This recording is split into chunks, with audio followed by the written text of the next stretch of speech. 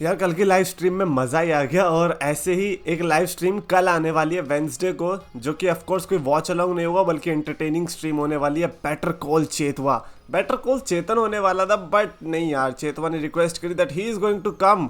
कोडी रोड्स और Brock Lesnar के फैंस के बीच के मुद्दे सुलझाने आ रहा है चेतवा कल ठीक 4 मई को। कितने बजे?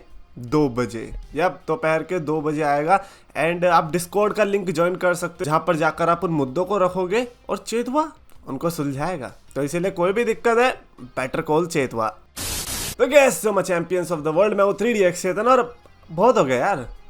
कितना यार, पॉल हेमन जब आपको बता चुका है कि रॉ के रोस्टर में नहीं आने वाला रोमन रेंस, रॉ के वर्ल्ड हेवीवेट चैंपियनशिप के ब्रैकेट के नजदीक में भी नहीं है, तो फिर भी लोग ट्विटर पे क्यों लिखे जा रहे हैं कि वर्ल्ड हेवीवेट चैंपियन जीत जाएगा रोमन रेंस। अरे यार, पसंद है अलग बात है, हेट है अलग बात है, लेकिन एटलीस्ट जो बोल दिया है एटलीस्ट उतनी तो इज्जत रख लो। डू यू थिंक कि ये सब झूठ बोला जाएगा? डू यू थिंक कि रोमन रेंस जो ड्रू मैकिंटायर की जगह लेके आराम से घुस जाएगा कि नहीं भैया मैं तो ड्रू मैकिंटायर हूँ, देखो मैं तो तलवार भी लाया हूँ, देखो स्कर्ट भी पहनी है? ऐसा थोड़ी होगा। वो तो पहले पता चल जाएगा ना रोमन रेंस है। अगर रोमन रेंस दिख गया तो बॉयकॉट कर देना। इतना कोई लोड लेने वाली बात है नहीं। तो मेरे को लगता है कि ऑलरेडी फैंस को थोड़ा सोचना चाहिए कि जब पॉलू बाबा ने बोल रखा है तो एक बार उनकी माननी चाहिए। उसके अलावा यार डोमिनिक मिस्टीरियो के बारे में जरूर बात करनी थी, क्योंकि लास्ट मंडे नाइट रॉ में जो रिएक्शन मिला, पहले तो बाकी के जजमेंट डे मेंबर्स जब बात कर रहे थे ठीक था, बट जैसे डोमिनिक मिस्टीरियो ने पहला शब्द बोला और क्राउड की तरफ से वॉल्केनिक एरप्शन देखने को मिला, दिस वॉज अनकंपेरेबल। मतलब किससे कंपेयर करोगे आप ये आज की हीट में? मतलब आजकल ऐसे विलन आ रहे हैं जिनको लोग पसंद करते हैं कि wow he is such a good guy, he do bad things in such a good way, और ऐसे में आपको डोमिनिक जैसा बैड गाय मिल रहा है जिसको बोलने तक नहीं दिया जा रहा। I think he made it bro, he made it, little guy made it. और भाई सारा क्रेडिट मैं देना चाहूँगा वो जो 20-30 साल का पुण्य किया है ना रे मिस्टीरियो ने उसको, क्योंकि भाई 20 साल तक वो पुण्य का घड़ा भरा रे मिस्टीरियो ने, जिसको एक पत्थर मार के डोमिनिक मिस्टीरियो ने फोड़ने की कोशिश करी, जो कि किसी ने नहीं करी थी, स्पेशली रिलेशनशिप के अंदर, है ना, क्योंकि बाप बेटा। तो ऐसे में डोमिनिक मिस्टीरियो का बैड गाय दिखना था। तो मेरे को लगता है कि सबसे ज़्यादा क्रेडिट डोमिनिक को रे को देना चाहिए, और हमें डोमिनिक को देना चाहिए कि भाई यार तुमने क्या करके दिखा दिया हमसे। तो हालांकि हमारी तो उम्मीदें जो है डोमिनिक मिस्टीरियो से वो नल बटे सन्नाटा हो चुकी थी, लेकिन डोमिनिक ने जो करके दिखाया है बेकार है यार।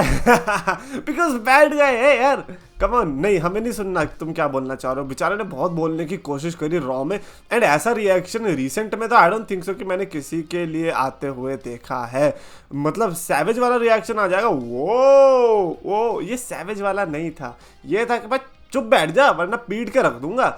इवन जैसे कोई और सुपरस्टार होता है, बेरन कॉर्बिन के लिए एक टाइम पे भी ऐसा रिएक्शन आया था, लेकिन उसके लिए ये रिएक्शन था कि कोई कुछ बोलता ही नहीं था। मतलब एक बार बू आ जाती थी तो फिर सब शांत हो जाते थे कि भाई बोलता रहे, हमें पता है भाई तू रुकेगा नहीं तो तू बोलता ही रहे।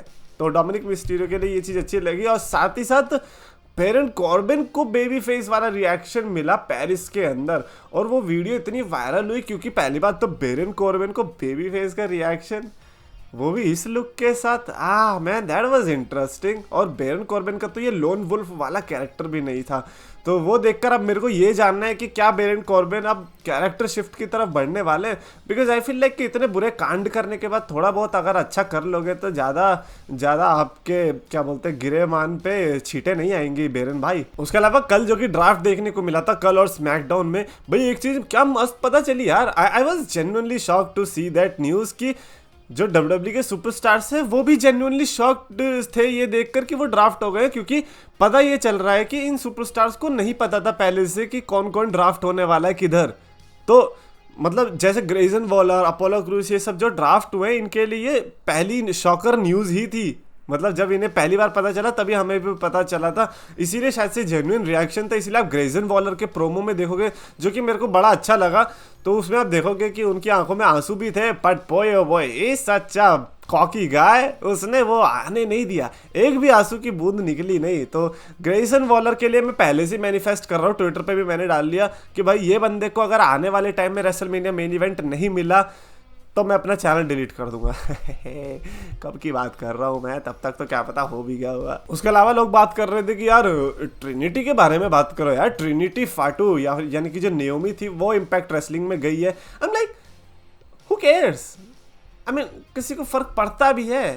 आई मीन इम्पैक्ट रेसलिंग की ऑडियंस कितनी होती है, 70 80, मैक्स टू मैक्स 90। चलो ठीक है ना, आपका ना मेरा 90, मैंने आपको दे दिया कि लो यार आप 10 बढ़ा लो मेरी तरफ से, तो उससे क्या हो जाएगा?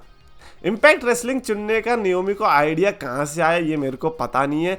और आई डोंट नो मैन, अभी तक इनके बीच का और डब्ल्यूडब्ल्यू के बीच का रिलेशनशिप मेरे को समझ में नहीं आया। व्हाट द हेक हैपेंड यार, तुम्हारा पति डब्ल्यूडब्ल्यू के अंदर है तो ऐसा कैसे हो गया कि तुम्हारी लड़ाई है और तुम्हारे पति की लड़ाई नहीं है? वैसे देखा जाए तो जिमी उसो मैच हारा था अभी रॉ में रिडल से, तो कहीं ऐसा तो नहीं है कि ये उसका बदला था?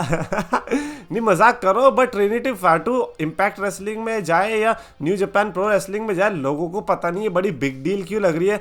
भाई जिस दिन ये बिग डील होगी हम अपने आप बात करने लग जाएंगे। अभी के लिए तो I don't think so it is necessary. बाकी सुपरस्टार की तरह ट्रिनिटी फाटू भी हमारे लिए ये है कि हाँ भैया चली गई है दूसरी कंपनी में, क्या हो गया। अब ये अलग बात है कि इनके पास जो है रीजनिंग काफ़ी सही थी, क्योंकि इनके बीच लड़ाई वड़ाई हो गई थी, तो लड़ाई अगर हो जाए तो फिर भाई बंदा क्या ही कर सकता है। हाँ ये तो नहीं है ना कि भाई मैं पूछ नहीं हो रही थी उधर तो मैं उधर चली गई, ये तो नहीं है ना। और यार एक बड़ी बेकार सी न्यूज आ रही है, बैकलैश का मेन इवेंट हो सकता है between Bad Bunny and Damian Priest. Bad Bunny और Damian Priest, you can be joking मी।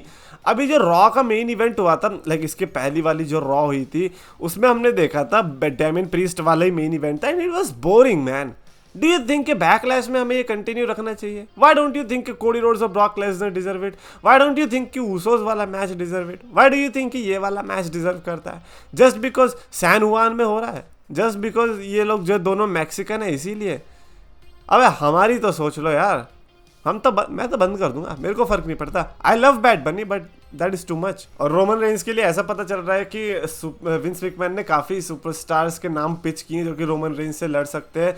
काफ़ी लोगों पे तो क्रिएटिव टीम्स जो है ऐसे किया है कि यार इस बंदे से लड़वाना है रोमन रेंज को, जो कि सेंस नहीं बना रहा है, ऐसा न्यूज़ आई है। और अभी तक के लिए जो नाइट ऑफ चैंपियंस है उसका सुपरस्टार भी कंफर्म नहीं है कि कौन लड़ने वाला है। कहा जा रहा है कि बैकलैश खत्म होते ही जो अगला हफ्ता होगा उसमें हमें पता चल जाएगा, जो कि ऑब्वियस है। इफ बैकलैश में रोमन रेंज नहीं है तो अगले हफ्ते में तो हमें पता चल ही जाना है, क्योंकि ज़्यादा लंबा बिल्डअप बचा भी नहीं है नाइट ऑफ चैंपियंस के लिए। अभी यहाँ पर अगर मेरे को प्रेडिक्ट करना हो कि कौन लड़ सकता है, I don't know man, I think Cody Rhodes तो बिल्कुल भी नहीं है। और अगर कोडी रोड्स है देन हाउ, बिकॉज रॉ में है वो और स्मैकडाउन में रोमन रेंस है। इवन दो कोडी रोड्स ने भी रिसेंटली इंटरव्यू के दौरान ये बताया था कि यार मेरा जो गोल है वर्ल्ड हैवीवेट टाइटल नहीं है, वो डब्ल्यूडब्ल्यू चैंपियनशिप ही लेना है रोमन रेंस के शोल्डर से। जो मैंने टारगेट सेट किया है और जो मैंने हिट करने की कोशिश करी थी, अगर मैं फेल हुआ हूँ तो मैं उसको सक्सेसफुल करके रहूँगा, विच मीन्स कि वर्ल्ड हैवीवेट टाइटल के टूर्नामेंट में शायद कोडी रोड्स हो भी ना, ये भी पॉसिबिलिटी है। तो अगर रोमन वर्सेस कोडी नाइट ऑफ चैंपियंस के लिए हो रहा है देन बहुत सोच समझ के करना पड़ेगा, because Cody Rhodes can not take another loss specially against Roman Reigns, because the moment he takes the loss उस मोमेंट पर कोडी रोड्स और रोमन रेंस की फ्यूचर पॉसिबिलिटीज़ भी ख़त्म हो जाएंगी। तो इसीलिए सोच समझ के यहाँ पर ओपोनेंट चूज़ करना पड़ेगा। बट आई थिंक कि यार कोई सऊदी स्पेशल ओपोनेंट ही होने वाला है, जो कि वन ऑफ ओपोनेंट होगा। तो यू नेवर नो कि कौन हो सकता है। मे बी स्मैकडाउन में जो रिसेंटली ड्राफ्ट हुए उनमें से कोई, क्या पता ऑस्टिन थ्योरी, हाँ ऑस्टिन थ्योरी भी, या that's a good choice. But नहीं, मैं नहीं चाहूँगा Austin Theory versus Roman Reigns हो। खैर कमेंट्स में लिखकर बताना अपने प्रिडिक्शंस फॉर रोमन रेंस का ओपोनेंट फॉर बैकलैश, और साथ ही साथ कल मिलते स्ट्रीम पर। Better call चेतवा।